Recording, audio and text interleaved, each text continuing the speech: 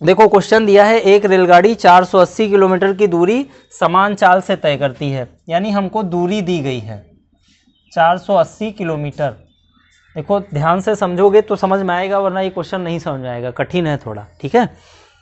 तो 480 किलोमीटर की दूरी है, ये समान चाल से तय करती है। यदि इसकी चाल 8 किलोमीटर प्रति घंटा कम हो जाती, तो पहले आप चाल मान लीजिए, हम मान लेते हैं कि चाल इसकी x किलोमीटर प्रति घंटा है, ठीक। अब ये कह रहे हैं कि यदि इसकी चाल 8 किलोमीटर प्रति घंटा कम होती, मतलब एक कंडीशन हम लोग बना लेते हैं कि यदि इनकी चाल 8 किलोमीटर प्रति घंटा कम होती, यानी नई चाल x माइनस 8 किलोमीटर प्रति घंटा इतनी होती, तो उसी दूरी को तय करने में ये 3 घंटा अधिक टाइम लेता। यानी पहले अगर समय हम लोग t मान लें, समय या तो यहाँ से निकाल लेंगे, ठीक है, जो समय लगेगा उस समय में अब ज़्यादा टाइम लगेगा। क्यों, कितना ज़्यादा टाइम लगेगा बताओ, 3 घंटे अधिक लेगा, तो वो जो समय पहले का था उससे अब 3 घंटा एक्स्ट्रा लग जाएगा, ठीक है। पहले का जो टाइम था उससे 3 घंटा ज़्यादा लग जाएगा, ये हमसे हमारे प्रश्न में कहा गया है, ठीक है। तो अब हम क्वेश्चन की शुरुआत कर रहे हैं। ये क्वेश्चन समझ में आया होगा आप ना। ये कह रहे हैं कि इतनी दूरी है, अगर एक फिक्स चाल से चलती है और फिर वही दूरी अगर 8 किलोमीटर प्रति घंटा कम करे चाल, तब इसे 3 घंटे ज़्यादा टाइम लगता है, ये कह रहे हैं। अब सुनो ध्यान से, हमसे पूछा है कि उसकी चाल क्या है। तो रेलगाड़ी की चाल, अब मान लीजिए सीधे, माना रेलगाड़ी की चाल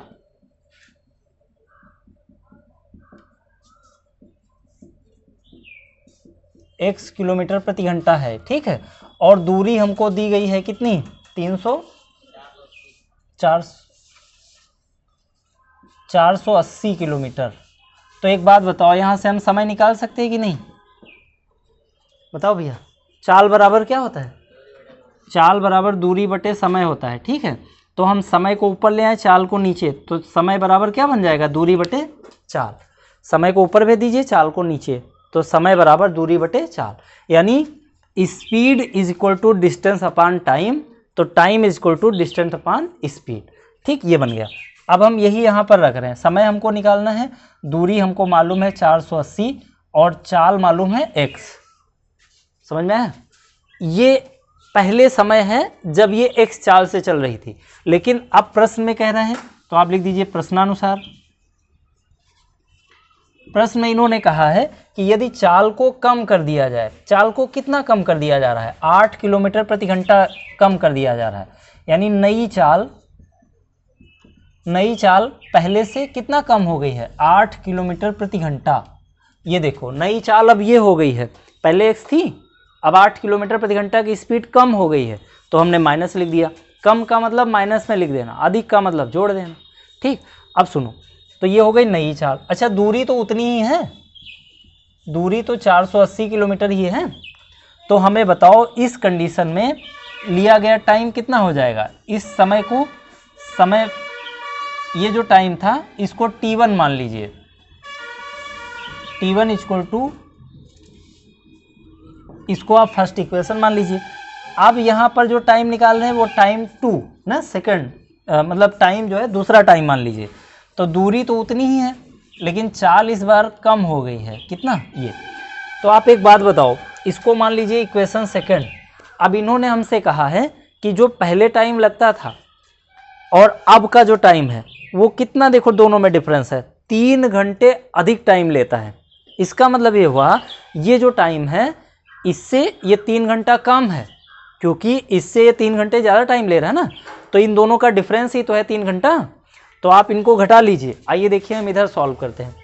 तो इसका मतलब ये हुआ कि 480 x माइनस 8, इससे अगर हम 480 बटे x को माइनस करें ना, इसको अगर इससे माइनस करें तो कितना आना चाहिए, 3 घंटा। बात समझे, 3 घंटे का टाइम आना चाहिए। h को हटा दो 3 घंटे में, क्योंकि सब हम किलोमीटर प्रति घंटा में ही मान रखे हैं। अब सुनो ध्यान से, इसको सॉल्व करना है, x को इधर मल्टीप्लाई कराओ। एक काम करो, 480 कॉमन ले लो, तो इधर x माइनस 8 बचेगा और इधर 1/x इक्वल टू 3। इसको अच्छे से सॉल्व करो। देखो x का गुणा इधर कराओगे, x बटे x माइनस 8, इसका गुणा इधर कराओगे x माइनस 8 बटे x। एक काम करो, अपान में इन दोनों का भी तो गुणा होगा, इसका गुणा इधर हो गया, इसका गुणा इधर हो गया, अपान में इन दोनों का भी तो होगा, ऐसे लिख लेते हैं।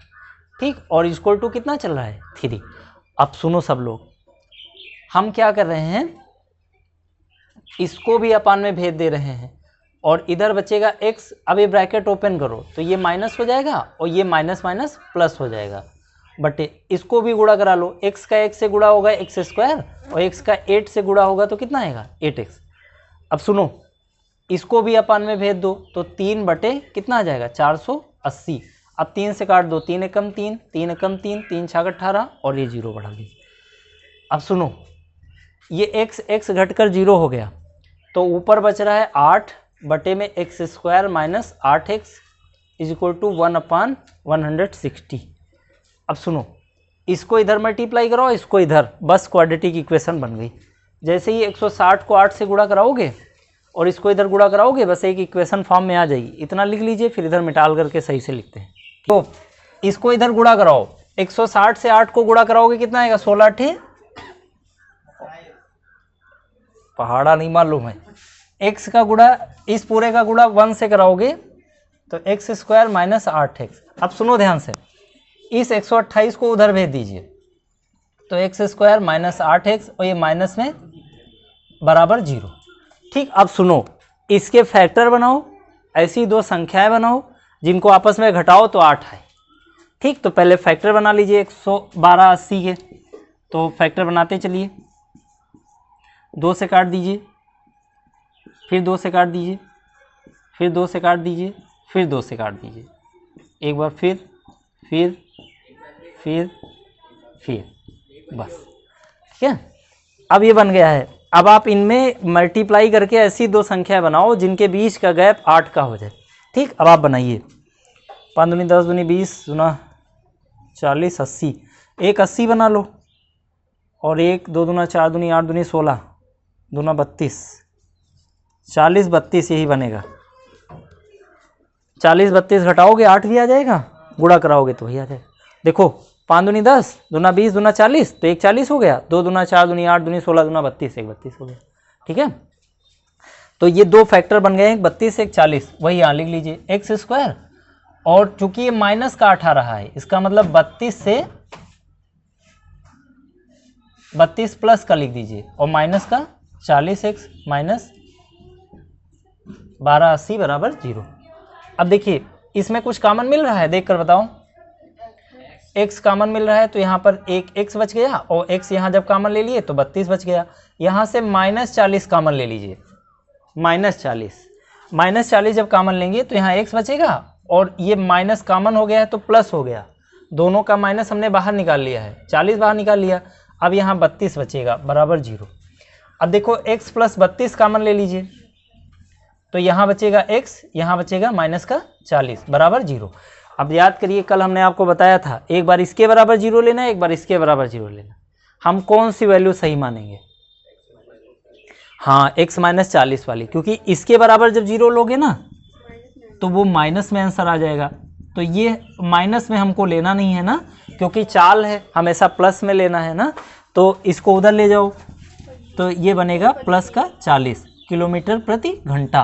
क्यों? क्योंकि ये चाल है, आपने माना था x किलोमीटर प्रति घंटा, तो x की जगह अब आप रखोगे, अब आप सीधे यहाँ पर लिखोगे, अतः रेलगाड़ी की चाल बराबर 40 किलोमीटर प्रति घंटा। इस तरह से ये क्वेश्चन आपका कंप्लीट हो गया और ये पूरी एक्सरसाइज भी कंप्लीट हो गई। अब हम लोग अगले दिन अगले एक्सरसाइज पे बातचीत करेंगे। ठीक है, हम लोग 10th NCERT मैथ शुरू किए थे, इसमें हम लोग चौथे चैप्टर पर पहुंच गए हैं। आज चौथे चैप्टर की सेकंड एक्सरसाइज यानी 4.2 पढ़ने जा रहे हैं। इसमें हमको इस एक्सरसाइज को शुरू करने से पहले कुछ बेसिक कॉन्सेप्ट सीखना पड़ेगा, तब जाके हम चैप्टर के इस एक्सरसाइज के क्वेश्चन कर पाएंगे। इसमें हमें ये ध्यान रखना है, ये हमने पिछले वीडियो में आपको समझाया था कि क्वाड्रेटिक इक्वेशन की स्टैंडर्ड फॉर्म यानी मानक समीकरण ax square plus bx plus c बराबर 0, ये क्वाड्रेटिक इक्वेशन यानी द्विघात समीकरण की एक मानक समीकरण होती है।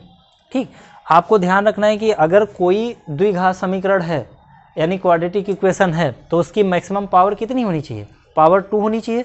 और चूंकि इसकी पावर मैक्सिमम 2 है, इसको डिग्री भी बोल दिया जाता है, मैक्सिमम पावर 2 है यानी इसकी मैक्सिमम डिग्री 2 है, इसीलिए इसके 2 वैल्यू भी निकलेंगी, और 2 वैल्यू जो निकलेंगी उन्हीं को हम कह देते हैं रूट्स, हिंदी में इन्हीं को कह देते हैं मूल। ठीक, यानी जो मान निकलेंगे, जो x के यहाँ से 2 मान निकलेंगे, क्योंकि इसकी मैक्सिमम पावर 2 है तो इसके 2 मान निकलेंगे, तो वो जो 2 मान निकलेंगे उनको हम रूट्स कहते हैं या फिर हिंदी में मूल कहते हैं। ठीक, तो जो 2 मूल होंगे यानी 2 रूट्स होंगे, तो एक को अल्फा मान लेंगे, एक को बीटा मान लेंगे। और जब अभी थोड़ा सा और आगे बढ़ेंगे, हालांकि वो अब आपके सिलेबस में नहीं है ज़्यादा, तो उसमें जब मैक्सिमम पावर 3 होती है उस कंडीशन में 3 मूल निकलते हैं, क्योंकि जब मैक्सिमम पावर 3 होगी तो उसकी डिग्री भी तो 3 हो जाएगी। जो मैक्सिमम पावर होती है उसी को डिग्री बोलते हैं, और जिसकी जितनी डिग्री होती है उसके उतने ही वैल्यू निकलते हैं। तो वहाँ 3 वैल्यू निकलेंगे, तो वहाँ अल्फ़ा, बीटा और गामा मान लेते हैं। अगर मैक्सिमम पावर 4 होगी तो अल्फ़ा, बीटा, गामा और डेल्टा मान लिया जाता है। 4 पावर वाला आपके सिलेबस में ही नहीं है ना, ये सब पहले होता था, पढ़ाया जाता था, तुम्हारे सिलेबस में नहीं है तो हम ज़्यादा बातचीत नहीं करेंगे। ठीक है, जितना है हम उतना ही देख लेते हैं बस। ठीक, अब सुनो, तो ये जो वैल्यू, जो मान निकालोगे, हमने पिछले एक्सरसाइज में आपको बताया था ये 2 तरह से निकाला जा सकता है। बताओ जरा कौन कौन तरीके से। एक तो गुणनखंड करके, ठीक, गुणनखंड करके यानी डिवाइड करके, मध्य पद से डिवाइड करना, तोड़ना, फैक्टर करना ना, स्प्लिट करना, उस मेथड से कर सकते हैं। एक सूत्र लगा दें, कौन सा सूत्र, श्रीधराचार्य फार्मूला, आज इसका सूत्र पढ़ ही लेते हैं। क्या होता है बताओ, -b plus minus under root b² minus 4ac upon 2a, ये होता है वैल्यू निकालने का फार्मूला। तो चाहे तो ये फार्मूला लगाकर आप x के 2 मान निकाल सकते हैं। ये प्लस माइनस इसीलिए लिखा है, एक बार प्लस लेना पड़ेगा तो एक मान आएगा, एक बार माइनस लेना पड़ेगा तो दूसरा मान आएगा।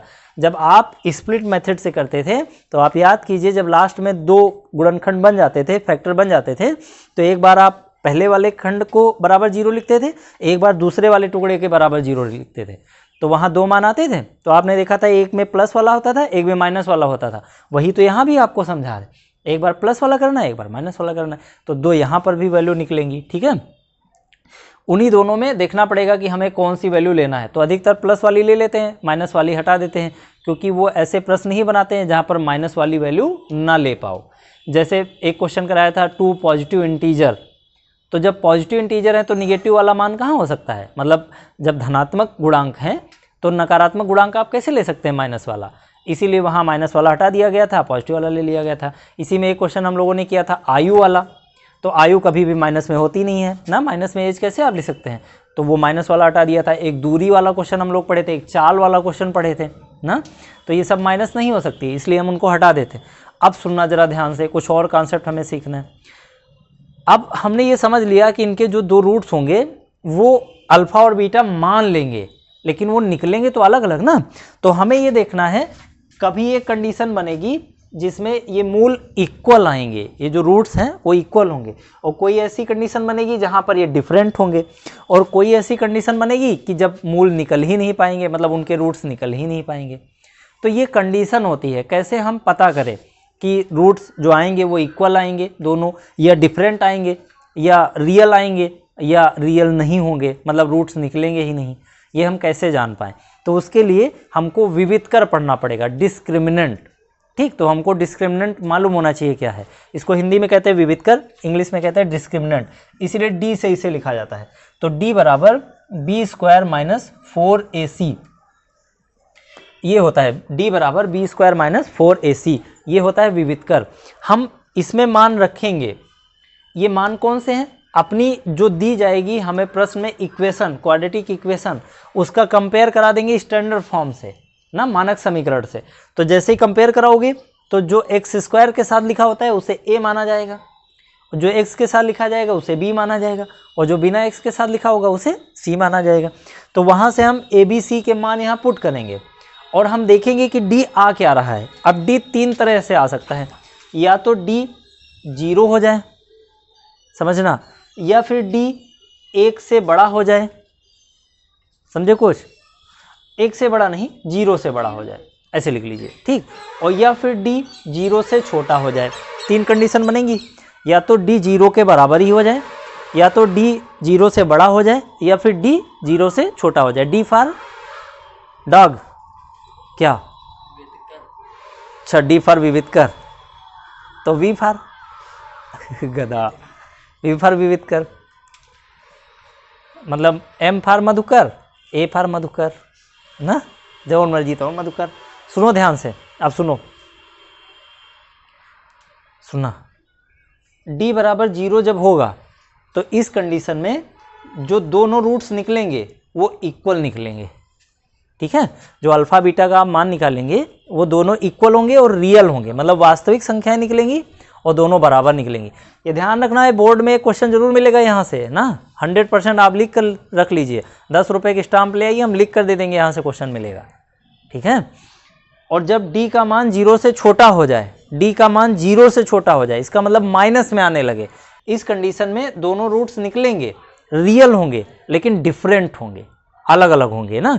यहाँ सेम थे, कब? जब 0 के बराबर था, सेम है, रियल है। यहाँ रियल है लेकिन डिफरेंट है, और यहाँ पर रियल ही नहीं होंगे, यानी वो काल्पनिक होंगे। यानी कहने का मतलब जब d का मान 0 से छोटा हो जाए, मतलब माइनस में आने लगे, तो उस कंडीशन में जो आप मूल निकालेंगे वो निकल ही नहीं पाएंगे ना, वो संभव ही नहीं है, वो रूट के अंदर माइनस में आने लगेंगे, ठीक। तो वो कभी नहीं निकाल पाएंगे, यानी वो काल्पनिक डेटा होगा, वो रियल नंबर नहीं होगा। याद करो, पहला चैप्टर जब शुरू किए थे तो हमने आपको इमेजिनरी नंबर, काल्पनिक संख्या, और रियल नंबर, वास्तविक संख्या के बारे में बताया था।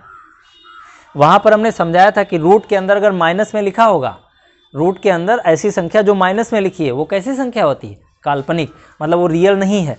तो वही यहाँ पर बन जाएगा जब d 0 से छोटा हो जाए। समझ पाए कि नहीं? ये हमको कुछ बेसिक कॉन्सेप्ट इस चैप्टर में सीखना था, इस एक्सरसाइज के पहले। अब इनका यूज है। अब आइए हम लोग एक्सरसाइज का पहला क्वेश्चन करते हैं, ठीक। देखो भैया, अब पहला क्वेश्चन देखो दिया हुआ है, find the root of the following quadratic equation by factorization. कुछ समझे भैया? फैक्टराइजेशन मेथड से आपको रूट्स निकालने हैं, और ये फैक्टराइजेशन मेथड हमने आपको पहले ही एक्सरसाइज में सिखा रखा है। तो बस पहला क्वेश्चन आप बड़े आराम से उड़ाते चले जाइए। Find the roots of following quadratic equation. भैया हम लिख रहे हैं, इनको उड़ाते चलो। पहले का पहला,